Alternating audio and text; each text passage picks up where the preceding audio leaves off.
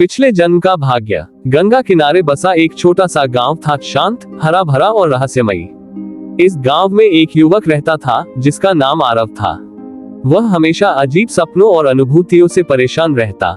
कभी कभी उसे ऐसा महसूस होता कि उसने पहले भी यह जीवन जिया है, मानो वह अपने पिछले जन्म की घटनाओं को याद कर सकता हो।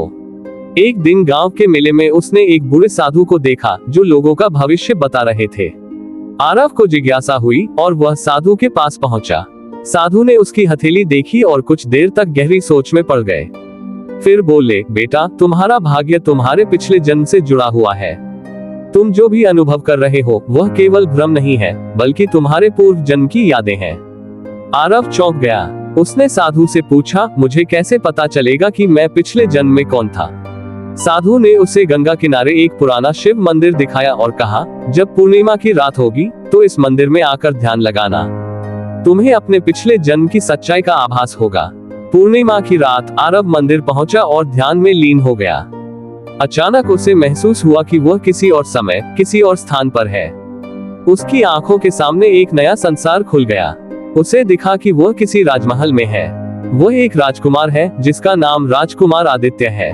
महल सोने चांदी से जड़ा हुआ है और चारों ओर पहरेदार तैनात हैं। आदित्य की माँ महारानी सुमित्रा बहुत दयालु थी, परंतु उनके पिता राजा विक्रम सिंह कठोर और अनुशासन प्रिय थे। आदित्य को राजमहल की चकाचौंध से ज्यादा जंगलों की शांति पसंद थी। एक दिन शिकार के दौरान वह एक गांव की सुंदर लड़की पद्मिनी से मिला। वह रूपवान और बुद्धिमान थी। दोनों की मुलाकातें बढ़ती गईं और वे एक दूसरे को दिल दे बैठे। लेकिन आदित्य को पता था कि एक साधारण लड़की से विवाह करना उसके पिता को स्वीकार नहीं होगा। जब राजा को इस प्रेम की भनक लगी तो वे आग बबूला हो गए। उन्होंने आदेश दिया कि पद्मिनी को राजमहल में लाया जाए, लेकिन पद्मिनी ने अपनी स्वतंत्रता के साथ समझौता करने से इनकार कर दिया। गुस्से में राजा ने उसे कैद करने का आदेश दे दिया। परंतु राजमहल में एक वृद्ध संत रहते थे जो गुप्त रूप से पद्मिनी के पक्ष में थे। उन्होंने आदित्य और पद्मिनी को मिलाने की कोशिश की, लेकिन राजा को इसका पता चल गया। राजा ने संत को भी कारागार में डाल दिया। एक दिन पद्मिनी ने अपनी अस्मिता की रक्षा के लिए आत्मदाह कर लिया। आदित्य इस सदमे को सहन नहीं कर सका। वह विक्षिप्त हो गया और अपने ही महल से भाग गया। वर्षों तक वह जंगलों में भटकता रहा। अंततः एक रात एक ऋषि के आश्रम में उसने अपनी अंतिम सांस ली। मरते समय ऋषि ने उसे आशीर्वाद दिया, पुत्र, तुम्हारे प्रेम की परीक्षा अधूरी रह गई, लेकिन अगले जन्म में तुम्हें अपने प्रेम का पुनर्मिलन अवश्य मिलेगा। ध्यान से बाहर आते ही आरव को सारी बातें याद आ गईं। वह समझ गया कि उसकी बेचैनी, सपने और अनजानी अनुभूतियां उसी पिछले जन्म के कारण थी। अब वह जानना चाहता था कि क्या इस जन्म में पद्मिनी भी कहीं है। कुछ दिनों बाद गांव में एक नई लड़की आई जिसका नाम प्रिया था। वह एक शिक्षिका थी और गांव के बच्चों को पढ़ाने आई थी। पहली बार जब आरव ने उसे देखा तो उसे वही एहसास हुआ जो उसे पद्मिनी से मिलने पर हुआ था। उसकी आंखों में वही चमक थी, वही मासूमियत। धीरे धीरे आरव और प्रिया के बीच दोस्ती बढ़ी। एक दिन प्रिया ने कहा, पता नहीं क्यों, जब मैं पहली बार इस गांव आई तो लगा कि यह जगह मुझे पहले से बुला रही थी। तुम्हारे साथ बात करके भी ऐसा लगता है कि कहीं न कहीं हमने पहले भी एक दूसरे को जाना है। आरव मुस्कुराया, क्योंकि अब उसे यकीन हो गया था कि उसकी आत्मा ने अपने प्रेम को फिर से पा लिया है। यह पिछले जन्म का भाग्य था जो उन्हें इस जन्म में भी मिलाने आया था। किनारे बसा एक छोटा सा गांव था, हरियाली, शांति और अपनत्व से भरा। इस गांव में एक किसान रहता था जिसका नाम था रामलाल। वह अपनी ईमानदारी और परिश्रम के लिए पूरे गांव में प्रसिद्ध था। उसकी खेती लहलहाती थी और जो भी उसके पास मदद मांगने आता वह बिना किसी स्वार्थ के उसकी सहायता करता। रामलाल के पास बहुत अधिक जमीन नहीं थी, लेकिन जो भी था उसमें वह पूरी लगन से खेती करता। वह सुबह सूरज उगने से पहले ही खेत में पहुंच जाता और देर रात तक काम करता। उसकी फसलें हमेशा अच्छी होती क्योंकि वह मेहनत और सच्चाई से खेती करता था। वह हमेशा अपने गांव वालों की मदद के लिए तैयार रहता। अगर किसी के खेत में पानी की कमी हो जाती तो वह अपने कुएं का पानी उसे दे देता।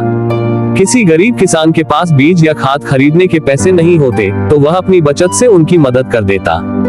गांव में कोई बीमार पड़ता तो वह अपनी बैलगाड़ी में बिठाकर उसे शहर के अस्पताल ले जाता। एक साल गांव में भारी बारिश हुई। नदी का जलस्तर बढ़ गया और गांव में बाढ़ आ गई। कई घर डूब गए, लोगों की फसलें नष्ट हो गईं और कई परिवार बेघर हो गए। इस संकट की घड़ी में रामलाल ने सबसे पहले अपनी फसलें उन लोगों को दे दी जिनके पास खाने को कुछ नहीं था। उसने अपने खलिहान को खोल दिया ताकि लोग वहां रह सके। गांव के कई अमीर लोग अपनी संपत्ति बचाने में लगे थे, लेकिन रामलाल ने अपनी चिंता छोड़कर पूरे गांव की मदद की। उसने अपना घर भी उन लोगों के लिए खोल दिया जिनका घर बह गया था। उसकी पत्नी भी उसके साथ पूरा सहयोग कर रही थी। वह गांव वालों के लिए खाना बनाती, उनके कपड़े सुखाने में मदद करती और बच्चों को संभालती। रामलाल की ईमानदारी और मदद का असर गांव वालों पर गहरा पड़ा। बारिश के बाद जब गांव फिर से बसने लगा तो सभी लोग मिलकर रामलाल के खेतों की मिट्टी को सुधारने में लग गए। उन्होंने उसकी बैलगाड़ी की मरम्मत की और उसे बीज और खाद भी दिया। गांव के सरपंच ने उसे गांव की सबसे ईमानदार और नेक आत्मा घोषित किया और पंचायत ने उसे एक नया कुआं खोदने के लिए आर्थिक सहायता दी, जिससे पूरे गांव को लाभ हुआ। राज्य सरकार को भी जब रामलाल के अच्छे कार्यों की खबर मिली तो उन्होंने उसे श्रेष्ठ किसान पुरस्कार से सम्मानित किया। लेकिन रामलाल के लिए असली इनाम गांव वालों का प्यार और सम्मान था। रामलाल की कहानी हमें सिखाती है कि सच्चाई, ईमानदारी और परोपकार से न केवल खुद का बल्कि पूरे समाज का भला किया जा सकता है। जब हम दूसरों की मदद करते हैं तो पूरा संसार हमारी मदद के लिए तैयार हो जाता है। एक छोटे से गांव में रमेश नाम का एक ईमानदार किसान रहता था। वह मेहनती, दयालु और दूसरों की मदद करने वाला इंसान था। उसकी ईमानदारी और परोपकार के कारण पूरा गांव उसका सम्मान करता था। रमेश की खेती से जो भी अनाज उपजता, वह उसमें से कुछ हिस्सा गरीबों और जरूरतमंदों में बांट देता। गांव में अगर किसी के घर में अनाज खत्म हो जाता या कोई संकट में होता तो रमेश बिना किसी स्वार्थ के उनकी मदद करता। एक दिन गांव में बहुत बड़ा सूखा पड़ा। खेतों में फसल नहीं हुई, कुएं सूख गए और लोगों के पास खाने को कुछ नहीं बचा। गांव के कई लोग भूख से परेशान थे। रमेश ने अपने घर में जमा अनाज गांव वालों में बांट दिया, लेकिन फिर भी बहुत से लोग परेशान थे। रमेश को चिंता हुई और वह एक दिन जंगल की ओर चला गया। वहां उसने एक बड़ा जलाशय देखा जो अब भी पानी से भरा था। उसे एक उपाय सूझा, अगर वह इस जलाशय से गांव तक नहर बना दे तो गांव के खेतों को पानी मिल सकता है और सूखे से राहत मिल सकती है। गांव लौटकर रमेश ने सभी को यह विचार बताया। सभी ने उसकी ईमानदारी और बुद्धिमत्ता पर भरोसा किया और मिलकर नहर खोदने का काम शुरू कर दिया। कई दिनों की कड़ी मेहनत के बाद आखिरकार पानी गांव तक आ गया। देखते ही देखते खेत फिर से हरे भरे हो गए, फसलें उगने लगी और गांव में खुशहाली लौट आई। गांव वाले रमेश के इस उपकार को कभी नहीं भूले। उन्होंने उसका आभार व्यक्त किया और उसे गांव का प्रमुख बना दिया। लेकिन रमेश ने कहा, मैं कोई बड़ा आदमी नहीं, सिर्फ एक किसान हूँ जो अपने गांव के लिए कुछ अच्छा करना चाहता था। इस तरह रमेश की ईमानदारी और निस्वार्थ सेवा ने पूरे गांव को संकट से बचा लिया। उसकी कहानी आने वाली पीढ़ियों के लिए एक मिसाल बन गई कि ईमानदारी और परोपकार से किसी भी कठिनाई को दूर किया जा सकता है। गंगा किनारे बसा एक हरा भरा गांव था जहां लोग मिलजुल कर रहते थे। उसी गांव में रामू नाम का एक किसान रहता था। वह बहुत ईमानदार और मेहनती था। उसकी मेहनत के कारण उसका खेत हमेशा लहलहाता रहता था, लेकिन इस बार हालात कुछ अलग थे। एक साल बारिश बहुत कम हुई। खेतों में पानी की कमी हो गई और फसल भी अच्छी नहीं हुई। रामू के पास जितनी भी बचत थी वह धीरे धीरे खत्म हो रही थी। उसे अगली फसल के लिए बीज, खाद और कुछ जरूरी सामान खरीदना था, लेकिन उसके पास पैसे नहीं थे। रामू के पास कोई और उपाय नहीं था, इसलिए वह गांव के जमींदार ठाकुर साहब के पास गया। ठाकुर साहब अमीर थे और गांव के कई लोगों को कर्ज देते थे, लेकिन वे बहुत सख्त इंसान थे और ऊंची ब्याज दर पर ही पैसे देते थे। कर्ज लेना मजबूरी बन गया। रामू ने ठाकुर साहब से मदद की गुहार लगाई। ठाकुर साहब, इस बार बारिश नहीं हुई, मेरी फसल भी खराब हो गई। मुझे अगली फसल के लिए बीज और खाद चाहिए। अगर आप कुछ पैसे उधार दे दें तो मैं अगली फसल के बाद चुका दूंगा।